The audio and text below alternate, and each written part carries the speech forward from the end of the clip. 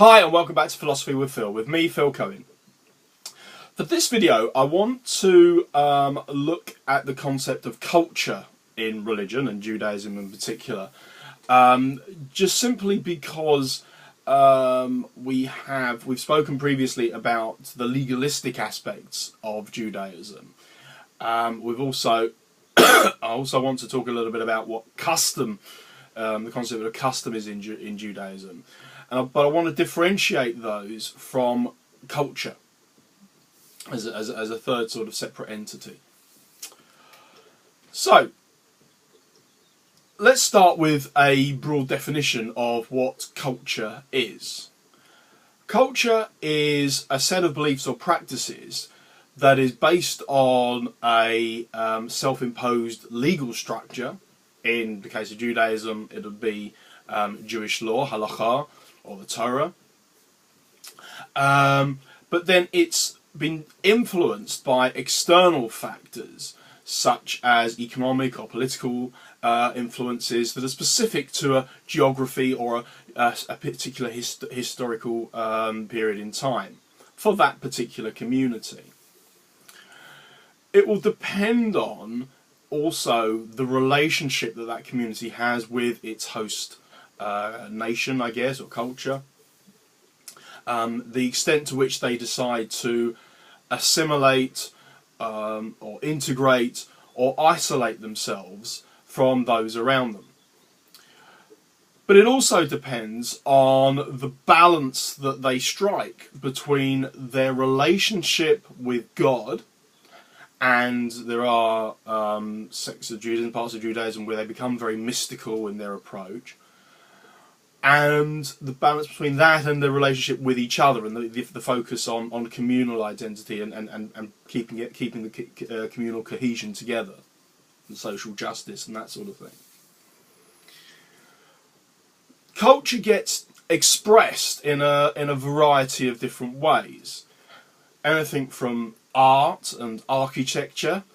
So, for example, the design of a synagogue is based on halakha, is based on, there are specific guidelines one has to follow, there's do's and don'ts, but also there'll be cultural influences as well. Primarily, what its relationship is with the other mosques and churches in the area.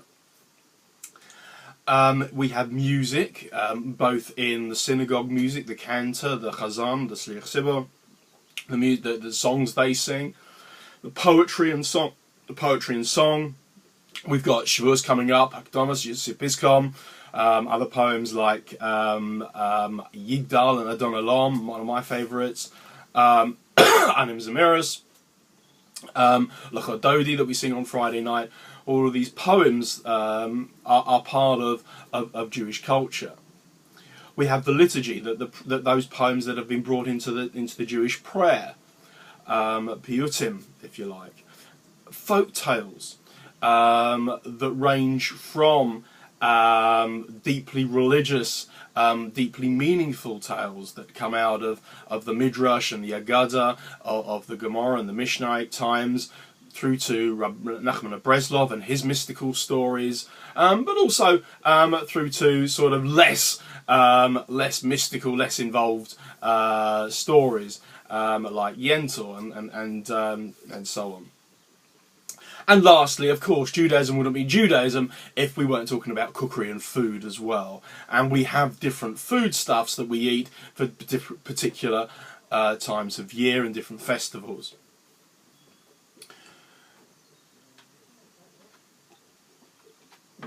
Okay.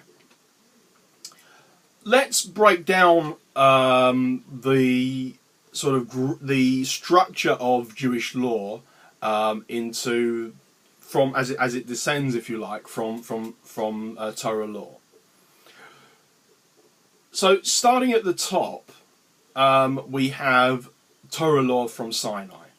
Okay, the Torah specifically gives 613 mitzvahs, commandments, do's and don'ts that have clear sources given.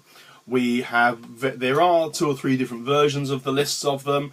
Most of them follow either Maimonides' list, Rambam's list, or a book called Sefer Achinuch, which was brought out in medieval times. There's a book like this, which is around the Torah mitzvahs, because of the Torah is the letters that make up the number 613. This actually, I find this a very useful book. It's a nice, quick and easy reference guide, but it is based mostly on Sefer Achinuch. As I say, these are irrevocable, unchallengeable laws that are specifically laid out in the Torah. Of the 613, there's roughly 60 or 70, I think, that apply today. And I think, if I'm not mistaken, the Chavetz Chaim has actually brought out a book, wrote a book about what those that apply today are. But those include things like the shofar on Rosh Hashanah, lulav, shaking the lulav, taking the lulav on Sukkot, and eating matzah on Pesach. These are specific laws with very tight guidelines as to what you can and can't do. And as we've said previously, what you would have to do the mitzvah as a minimum versus, if you don't do that, then you're just, not doing the mitzvah at all. After Torah law, we have prophetic law, if you like. These were instigated by the prophets, that would include things like Ezra, who instigated the weekly laning cycle, where we read the Torah once a week. King Solomon, who introduced things like washing hands before bread, and the concept of an eruv, which is a perimeter within which people can carry on the Shabbat, on Shabbos, on the Sabbath. And there are other laws that were brought in that way. They tend to adopt a sort of midpoint between Torah law and rabbinic law, which we'll come on to in a minute. Also, sort of merging with that category is what we call halacha l'Moshe Sinai. These are things which are again we can't really challenge them. These are things that are acknowledged as being laws that come straight from Moshe at Sinai. They're not included in the Torah, but they are nonetheless have the status of a irrevocable custom, for lack of a better word. But they have a bit more of a significance than just a plain custom. So then, as I say, we come on to rabbinic law. Rabbinic law was instigated in the first instance by the men of the Great Assembly. And some of them are in memory of the temple, but many of them are either restrictions on existing laws or embellishments on those laws. So, for example, we have the laws of muktzah. These are things one cannot move on Shabbos. They in themselves don't have an inherent. There's nothing forbidden in them inherently, but it's just that using them on Shabbos is forbidden.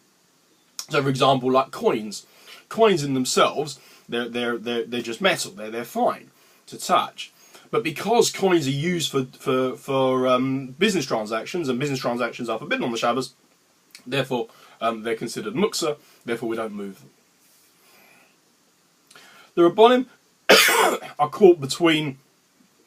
Oh, sorry. In terms of embellishments, some of the extra things that the rabbis added in were the obvious examples of Hanukkah and Purim, which occurred much after the Torah was given. But we have other things where on top of the mitzvah we have added ways of doing things. If you look at the Seder night, for example, when we have the extra sandwich that Hillel adds in as another way of doing the mitzvah. Okay. The rabbis are caught between two extremes. On the one hand, I think it's the first or second Mishnah in Pirkei Avos, the Ethics of the Fathers, right from the outset, Shimon HaTzadik says the rabbis are enjoined to draw a fence around the Torah, just like the children of Israel built a fence around the Mount Sinai. The Rabbonim are adjured to keep people away from getting anywhere near to making mistakes and doing a sin. But on the other hand, they don't want to go to the opposite extreme and make too many strictures that make the mitzvahs difficult to perform. We see this a few times in the Gemara, where the rabbis ease off on on a prohibition because or a mitzvah because it would just be too difficult for the community to take on. This goes back to incidentally, this goes back to the story of Adam and of Eve in the Garden of Eden, where she is told by God not to eat of the tree of knowledge, but when she comes to explain this to the serpent, she says that God tells her not to touch the tree of knowledge. She adds in that stricture, which was unnecessary, and God did not tell her not to touch it. He'd only told her not to eat of it. The snake pushes her against the tree. She touches it, sees it, and the snake says, well, look, there's nothing wrong with touching it, and sort of pushes her into a corner. As a result of that, the rabbis learn not to add in unnecessary strictures. So, I guess up until that point, we have what you might call core practice. There are some things that are in there that could be considered custom, that go back, like I say, borderline things like halakha l'moshe Sinai, things that really do have roots going way back, things like the Havdalah service and lighting candles before and after Shabbos. Those things really have their roots way back, but nonetheless, we do see that these things represent halakha. That is law. How we go about keeping those becomes more a case of custom and then culture. Culture tends to be, like I've said, more specific to a particular time and place. Custom is a custom that is a set of principles that is adopted beyond that time and place. Okay, and has a sort of continuity to it. Anyone who's seen or watched the Fiddler on the Roof film or musical will know the importance of tradition and culture in custom in Jewish law. As I said, the customs are there to help reinforce the observance of the laws. The culture is there more as an embellishment on top of those that are specific to that time and place. The key issue is how easy is it to rescind a practice that is down to culture versus an ultimate that is down to custom. And the truth is that, as I've said, practices that fall into the category of custom are much more difficult to rescind than a cultural practice. Simply because we are so reluctant to take something away that's got a momentum of its own.